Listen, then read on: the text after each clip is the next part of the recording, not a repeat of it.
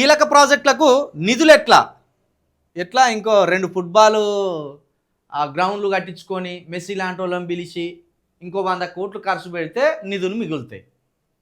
నిధులు అట్లా చేస్తే మిగులుతాయి. ఉన్న పైసలను అంగడంగడి ఆగమాగం చేసుకుంటాం, మళ్ళీ నిధులు ఎట్లా అని మాట్లాడితే ఎట్లా రేవంత్ రెడ్డి గారు? కేంద్ర బడ్జెట్లో RRR, Musi, metro, future city ప్రస్తావన లేకపోవడంపై సీఎం రేవంత్ రెడ్డి అసంతృప్తి. ఫైనాన్స్ అధికారులతో సమాలోచనలు, సొంతంగా నిధుల సమీకరణపై ఫోకస్, ఇందుకోసం యాక్షన్ ప్లాన్ రెడీ చేయాలని ఆదేశం. రాష్ట్ర ముఖ చిత్రాన్ని మార్చే మెగా ప్రాజెక్టులను ఎలాగైనా ముందుకు తీసుకెళ్లాల్సిందేనని అధికారులకు సూచన. ఇప్పుడు ఇంకా మంచి సాగు దొరికింది రేవంత్ రెడ్డి గారికి. కేంద్రం మనం 1.5 కోట్ల బడ్జెట్ అడిగితే కేంద్రం ₹1 కూడా ఇవ్వలేదు. కేవలం 3 బుల్లెట్ ట్రైన్లు ఇచ్చి చేతులు దులుపుకున్నది.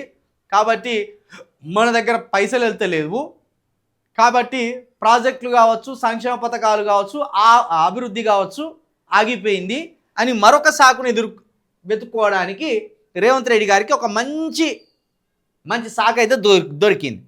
సరే, మరి ఉన్న నిధులన్నా సంక్షేమ పథకానికో అభివృద్ధి కోసమో ప్రాజెక్టుల కోసం ఖర్చు పెట్టాలా? అది లేదు. ఉన్న పైసలను ఫుట్బాల్ ఆటల కోసం, ఫుట్బాల్ గ్రౌండ్ కోసం,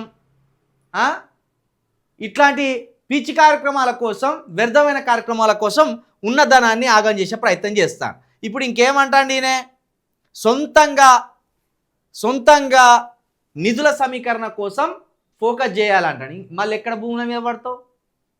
అంతకుముందేమో లగచెర్ల భూముల మీద పడ్డావు, ఆ తర్వాత మూసి భూముల మీద పడ్డావు, ఆ తర్వాత HCU భూముల మీద పడ్డావు, ఆ తర్వాత హెల్త్ భూముల మీద పడ్డావు. ఇప్పుడు కొత్తగా భూముల మీద పడతావయ్యా. మళ్ళీ ఎవరిని హింసిస్తావు? మళ్ళీ ఎవరి మీద లాఠీ దెబ్బలు పడాలి, మళ్ళీ ఎవరి భూములు కోల్పోవాలి అంటే మళ్ళీ ఎక్కడో ఏలు పెడుతున్నావు అన్నట్టే కదా. సరే చూద్దాం, మళ్ళీ ఎక్కడ ఏలు పెడతావు చూద్దాం. అది కొత్తగా నిధుల సమీకరణపై ఫోకస్ పెట్టాలంటే మళ్ళీ ఏం చేయబోతానో చూద్దాం.